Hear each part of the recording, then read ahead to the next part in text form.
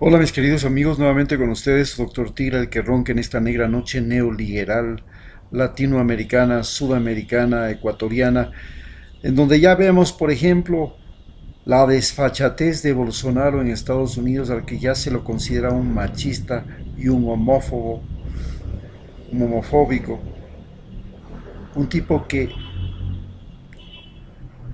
está fuera de todo contexto, de toda realidad, que vive ese mundo fantoche de los militares latinoamericanos.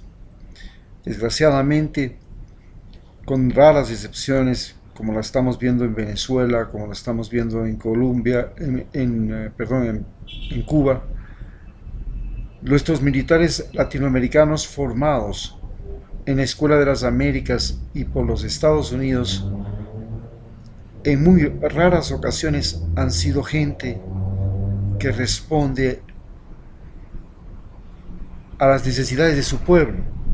En realidad responden a órdenes del Pentágono. Bien, pero hoy hablaremos y recordaremos cómo llegamos a tener y cómo se fabricaron en el Ecuador la mayor cantidad de presidentes incapaces. Bueno, vale señalar que en Ecuador hemos tenido 104 presidentes, de los cuales la mayor parte no han sido elegidos, sino que han sido vicepresidentes que han reemplazado a presidentes y han habido dictadores. El asunto importante de todo esto es reconocer que de todos esos 104 presidentes habrán menos de una decena que realmente podemos decir han sido buenos presidentes. Tal vez al comienzo de la República, Vicente Rocafuerte. Luego, ya en el siglo XX, tal vez hablamos de Eloy Alfaro. Después de Eloy Alfaro podríamos hablar de Isidro Ayora, de Loja. Después de Enríquez Gallo, que era un militar, el otro era un médico. Después, indudablemente, hay un todo, se puede hablar de alguna manera, y de manera moderada, de que no fue un mal presidente Rodrigo Borja. Pero, finalmente, después de Rafael Correa, estamos viviendo y hemos vuelto a ver a aquellos mequetrefes, podríamos decir, que han gobernado este país. ¿Cómo, ¿Cómo se puede explicar que gente tan incapaz haya podido llegar a dirigir nuestro territorio?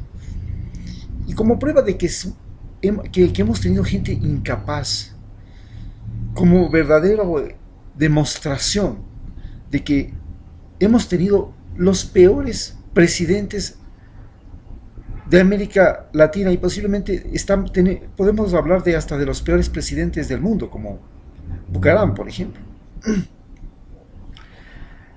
¿Cómo llegamos a tener este tipo de gente? ¿Cómo se formaron? ¿Cómo llegaron a ser lo que son ahora?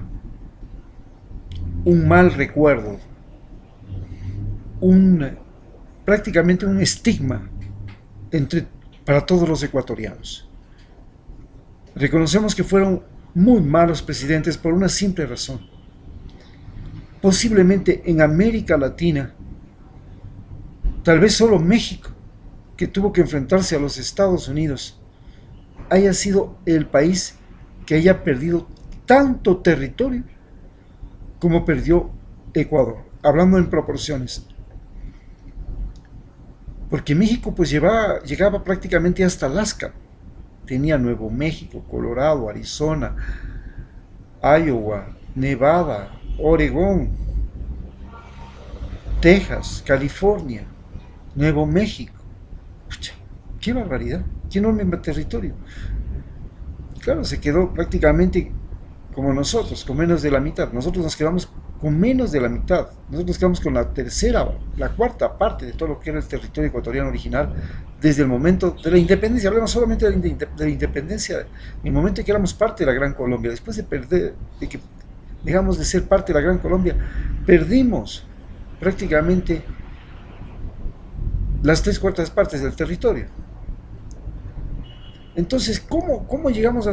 Eso es lo que nos permite reconocer que hemos tenido presidentes realmente de aperro. El único presidente que nos ha devuelto y nos ha convertido nuevamente en una gran extensión, más que territorial, marítima, es Rafael Correa, que gracias a los acuerdos que se firmaron con Costa Rica, Colombia y Perú, ahora tenemos 5 veces más espacio. Bien, para entender este proceso, tenemos que entender que en el Ecuador siempre han habido la influencia de la iglesia desde el momento de la conquista. La iglesia era la que decidía quién era el que gobernaba, junto con el rey de España. Cuando se fue el rey de España, la iglesia quedó siendo la que prácticamente decía quién se quedaba y quién no se quedaba en el gobierno. Hasta que llega Eloy Alfaro y separa al Estado de la iglesia. Se llamaba el concordato. Nosotros éramos parte del concordato. El presidente de Ecuador tenía que ser aceptado por el Papa para poder ser presidente de Ecuador. Eso se llamaba el concordato. Y en las escuelas donde se formaban los presidentes, lo que valía no era la imaginación, el conocimiento, el emprendimiento, la capacidad, el cuestionamiento al sistema, porque existen varias formas de ser. Una es el líder. ¿Qué es el líder? El líder normalmente es un individuo o que está a favor del sistema o está en contra del sistema o quiere crear un nuevo sistema. Estas son las tres formas de aparecer los líderes. Y normalmente lo que hemos tenido nosotros han sido líderes que están, por lo general, a favor del sistema. ¿Y cuál ha sido el sistema? El sistema ha sido que se llama partido político a un grupo de amigos que hacen la denominada componenda, es decir, se ponen de acuerdo para ir a golpear en los cuarteles y decir quién debe ser y quién no debe ser el presidente, por más elecciones que se ganen. Cuando nosotros empezamos como un país, en el Ecuador solo podían votar los que tenían buena cantidad de dinero, los que tenían descendencia blanca, no podían votar negros, ni indios, ni mestizos, ni mulatos, los que tenían en ese momento un nivel educativo, sabían leer y escribir, pero además, ya desde la época de la colonia, el haber terminado el bachillerato o el haber terminado la universidad era más que un conocimiento, un título nobiliario, cosa que todavía se mantiene hasta la fecha. Así pues, cuando se hizo la primera constitución, Flores hizo una constitución en la que prácticamente solo él podía ser presidente, porque hasta ponía la cantidad de dinero que tenía que tener el candidato, y solo él tenía esa cantidad de dinero, pues se casó con la mujer más rica de Quito, la condesa de Gijón, y ¿qué más se quiere? Con eso comenzamos a sentar las bases de una estructura en que el más sabido, el más vividor, el borrachín del grupo del poder, de la élite, de la aristocracia, ese era el presidente. El más leguleyo, el más hablador, más mentiroso, el más farsante, ese era el presidente. Yo llegué a tener un tatarabuelo presidente, se llamaba Luis Cordero. Bien, luego de eso comenzó a pasar la época y comenzaron a surgir los denominados populismos. ¿Cuándo comienzan a nacer los populismos? Ya aparece en el siglo XX, pero el populismo aparece propiamente después de la Revolución de Alfaro, pero más que nada después de la Segunda Guerra Mundial, ya en la misma Segunda Guerra Mundial, porque, por ejemplo, era un populista el presidente Arroyo del Río, el que regaló la mitad del país al Perú. Y era populista porque era el típico demagogo que se llama, que se para en una... Pero el mayor demagogo que nació fue Velasco Ibarra. 5 veces fue electo y solo bastaba con que él diga, denme un balcón que seré presidente, y eso lo cumplió 5 veces, de las cuales solo una terminó de presidente. Y así fuimos teniendo a cualquier demagogo, a cualquier mentiroso encima de una tribuna que ofrecía el oro y el moro. Recordemos Abdalá Bucaram, Yamil Mawad, el mismo Sixto Durán Ballén, León Febres Consejo con su pan, techo y empleo. Era palo, cárcel y desempleo. Eso era la verdadera fórmula de él: palo, cárcel y desempleo. Era un verdugo que hizo en el Ecuador el denominado Plan Cóndor. Y así llegamos a tener ahora candidatos a la presidencia. Por supuesto, el candidato que tiene la mayor posibilidad de ser presidente es Jaime Nebot. ¿Y quién es Jaime Nebot?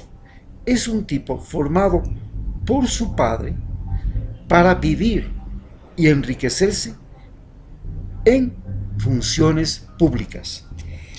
Su padre, que era nadie, era un pobre hombre, llegó un día a ser jefe político. Y estando paseándose por Quito, fue a visitar el Palacio de Carondelet. Se topó con Velasco Ibarra. Y le preguntó Velasco Ibarra, que salía ese rato, ¿qué hace usted aquí? No, yo soy el jefe político de Durán. ¿Así? Desde ahora ya no es el jefe político de Durán, desde ahora es el ministro de gobierno. Y le puso de ministro así. Fue ministro de gobierno. Y gracias a ese comenzó a vivir. Era la época del contrabando. Cuando faltaba arroz en Colombia, se mandaba de Ecuador. Cuando faltaba arroz en Ecuador, se traía de Colombia. Y todo se hacía de manera ilegal. Había una flota, la flota bolivariana, y esta flota bolivariana sirvió muy bien a los contrabandistas. Los militares vivían para el contrabando y vivían hasta entrado el siglo XX. Mi hermano fue a hacer la conscripción en el norte y él tenía que hacerse el tonto porque el teniente, el capitán, le ordenaba qué carros debía dejar pasar con contrabando de azúcar, de arroz, de harina a Colombia y cuándo tenía que dejar pasar de Colombia a Ecuador. En ese momento, cuando el contrabando era el más lucrativo negocio de los que llevaban el gobierno, no teníamos todavía petróleo, surgió Jaime Nebot Velasco, el padre de Nebot. Hoy Nebot ha llevado toda su vida y se ha hecho un hombre rico, con plata en Panamá y en paraísos fiscales y propiedades fuera del país. Una isla que se llama Mocolí para él, gracias al trabajo en la función pública. Se pide que nosotros le elijamos de presidente, pero ¿cómo podemos elegir de presidente a un individuo que llegó a un cargo público no para ser un buen alcalde? Llegó originalmente y con la finalidad muy clara de hacerse rico y de hacer ricos a sus amigos. Por ejemplo, con lo que fue la perimetral. Se construyó la famosa vía perimetral y los terrenos por donde iba a pasar esa vía perimetral ya estaban comprados por él y sus amigos. De esa manera, toda la inversión, todo el dinero de los impuestos de los guayaquileños y de los ecuatorianos que se invertía en la perimetral terminaba en los bolsillos de los que habían comprado los terrenos aledaños. Y así se enriqueció. Ese fue uno de las formas de enriquecimiento. Esos son los candidatos que ahora pretenden ser presidentes. Esperamos que el pueblo ecuatoriano se dé cuenta de que estos manipuladores que un día ponían y se repartían el poder, los cargos públicos. En cada caída de presidentes, como la de Gutiérrez, ya estaba Nebot, con la de Yamil ya estaba Nebot. Ahora cayó, está por caer el Lenín Moreno, ya está Nebot. Y si es contra Correa, ahí está Nebot. Siempre fue el buitre en la política ecuatoriana. Muchas gracias.